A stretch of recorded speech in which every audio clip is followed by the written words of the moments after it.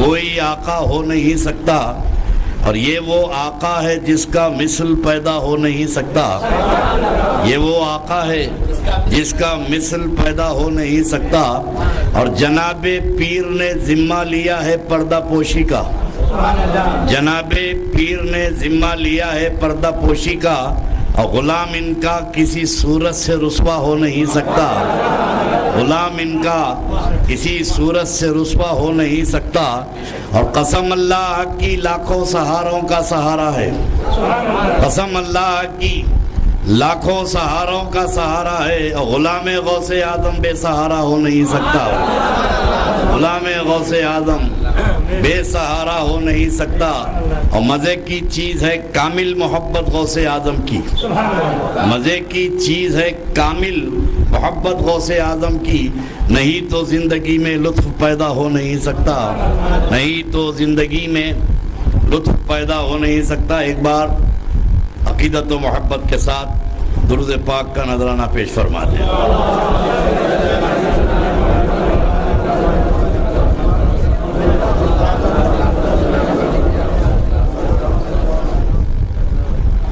Stage پر تشریف رکھیں علماء ربانیین اور منتظمین جلسہ۔ دو امتحانات اس وقت میرے سے ہو رہے ہیں، ایک تو گرمی کا اور دوسرا سامنے مجمع کا۔ میں نہیں سمجھتا کہ بمبئی کی سرزمین پر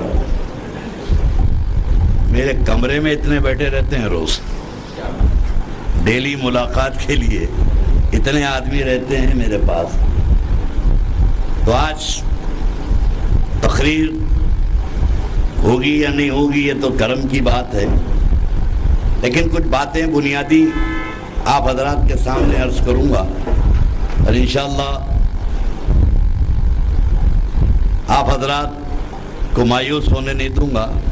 جیسے مولانا نے میرے بارے میں بہت ہی لمبی چوڑی باتیں کر دی، یہ علماء کرام ہیں، آدمی بولتا وہی ہے جو دل میں ہوتا ہے۔ پہلے ہم لوگ سادات کرام ہر ایک کے بس میں نہیں ہیں ہر ایک کو ہضم ہو جائیں۔ آل رسول کی تعریف وہی کرتا ہے جس کا تعلق اصل سے ہوتا ہے، جس کا تعلق اصل سے ہوتا ہے اس کا تعلق نسل سے ہوتا ہے۔ اب جو نسل سے کٹا انہیں اصل سے کٹا۔ الحمدللہ مجھے اس بات کی خوشی ہے کہ یہاں اصل والے بھی بیٹھے ہیں، نسل والے بھی بیٹھے ہیں۔ ادھر ہی دور رکھ دو۔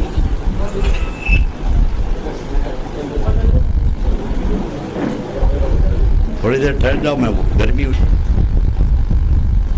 برادران ملت اسلامیہ، کہ اللہ کا لاکھ لاکھ احسان ہے کہ پروردگار عالم نے ہم پر اتنا بڑا فضل فرمایا کہ نبی ملا تو نبیوں کا سردار ملا، اور ولی ملا تو ولیوں کا سردار ملا۔ سب سے بڑی مسلمانوں کی جو خوش قسمتی ہے،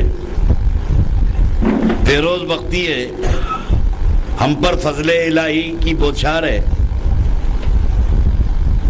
کہ اللہ رب تبارک و تعالیٰ نے ہم کو نبی کی امت میں پیدا کیا۔